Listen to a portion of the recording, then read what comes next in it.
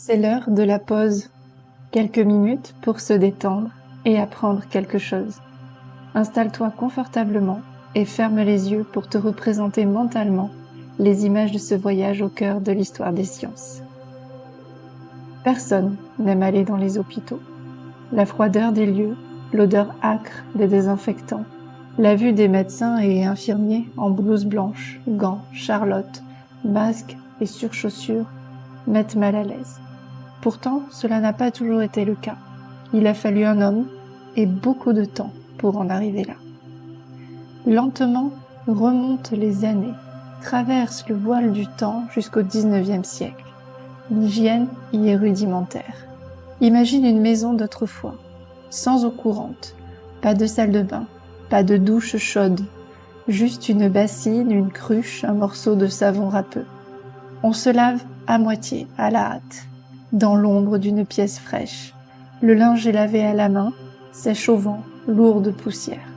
Les toilettes? Une cabane au fond du jardin ou un seau dans un recoin.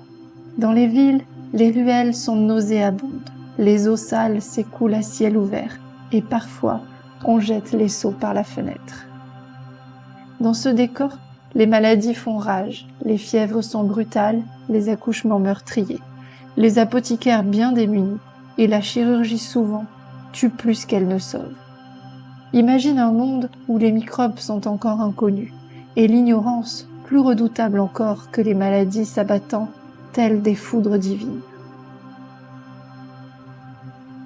Alors, dans un petit laboratoire au milieu des ballons de verre et de microscopes rudimentaires, un homme se penche sur l'invisible, Louis Pasteur. Ce chimiste et biologiste, né dans le Jura en 1822, n'a rien du savant flamboyant. Petit, il aimait dessiner et explorer les sciences naturelles. Observer et comprendre était pour lui une manière de bâtir la vérité.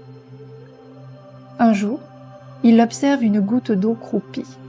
Il y découvre des particules flottantes, des vies minuscules, des êtres invisibles dansant à la surface, les microbes. Dans ses expériences, il prouve que ce sont eux les agents secrets de la décomposition et de la fièvre. Il tient des coupables qui ôtent la vie en silence. Un jour, l'empereur l'appelle. Napoléon III s'inquiète. Le vin, ce trésor français, s'abîme, s'aigrit, se perd avec le temps. Pasteur enquête, observe, expérimente. Puis il comprend que ce ne sont pas des caprices du hasard, mais des micro-organismes, encore eux, qui transforment le vin en poison. Alors il chauffe doucement les fûts. Il apprend à maîtriser la chaleur, à tuer l'invisible, sans abîmer le goût. Le vin est sauvé. Il vient de mettre au point la pasteurisation, un feu doux, purifiant. Un acte de patience et de précision qui protégera aussi le lait, la bière et bien plus encore. Mais Pasteur ne s'arrête pas là. Il regarde les hôpitaux et il tremble. Les mains nues, les instruments souillés, les blouses maculées de sang, les chirurgiens qui passent d'un patient à l'autre transportant des particules fatales jusqu'aux femmes qui accouchent et qui meurent. Ayant perdu lui-même 3 de ses 5 enfants, Pasteur est meurtri dans sa chair. Il rêve d'un monde où l'on sauve, et sans chercher la gloire, il propose des solutions. Alors il parle aux médecins, il écrit, il répète, stériliser, désinfecter, protéger. Des mots simples, trop neufs pour être crus. On se moque, on doute, mais il insiste, démontre, prouve. Il s'acharne, armé de rigueur et de ténacité. Il sait que sauver une vie ne commence pas avec un remède, mais avec la prévention. Et peu à peu, des gants apparaissent, des blouses propres, des salles blanches. Mais déjà Pasteur regarde plus loin. Il y a tant à faire. Il observe la rage, le charbon, le choléra et cherche à comprendre comment armer l'organisme. Il connaît ces récits que l'on se murmure dans les campagnes. Les éleveurs ayant eu la variole des vaches n'attraperaient pas la variole humaine. Et ceux qui portent les vêtements des malades ne tombent pas toujours malades. Un contact atténué protégerait-il? Alors dans son laboratoire, il cultive des microbes, les injecte à des animaux, observe, note, recommence. Il doute souvent mais avance toujours. Il met au point un processus lent et méticuleux, soucieux de ne sculpter que des certitudes. Et puis, un jour de 1885, le destin pousse la porte de son laboratoire.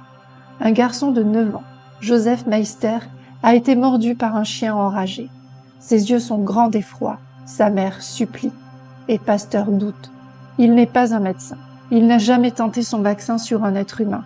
Mais il sait que ne rien faire, c'est condamner. Alors il agit. Il injecte, jour après jour, une rage atténuée, domptée, maîtrisée, espérant devancer ce microbe qu'il connaît bien et qui met du temps à frapper. Et l'enfant ne tombe pas malade. Il vit. Ce jour-là, ce n'est pas seulement Joseph qu'il sauve. La vaccination humaine vient de naître. Même si l'on ne comprend pas encore tout, on pressent que quelque chose vient de basculer. Mais, aujourd'hui, grâce à la science moderne, on sait. L'injection de microbes atténués ou inactivés permet à notre système immunitaire, en particulier les globules blancs, de reconnaître l'agent pathogène sans déclencher la maladie. Ces cellules de défense gardent en mémoire cet intrus. Ainsi, lors d'un nouveau contact avec le même micro-organisme, elles réagissent plus vite, plus fort, plus efficacement. C'est le principe de la vaccination, entraîner le corps à se défendre avant même que le danger n'arrive.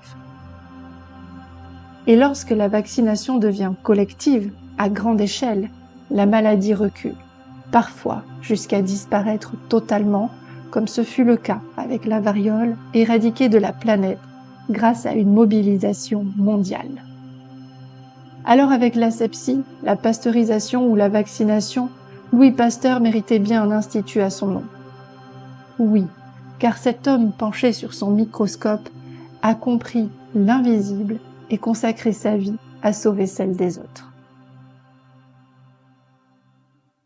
Si tu as aimé cette histoire, n'hésite pas à t'abonner pour en écouter bientôt de nouvelles.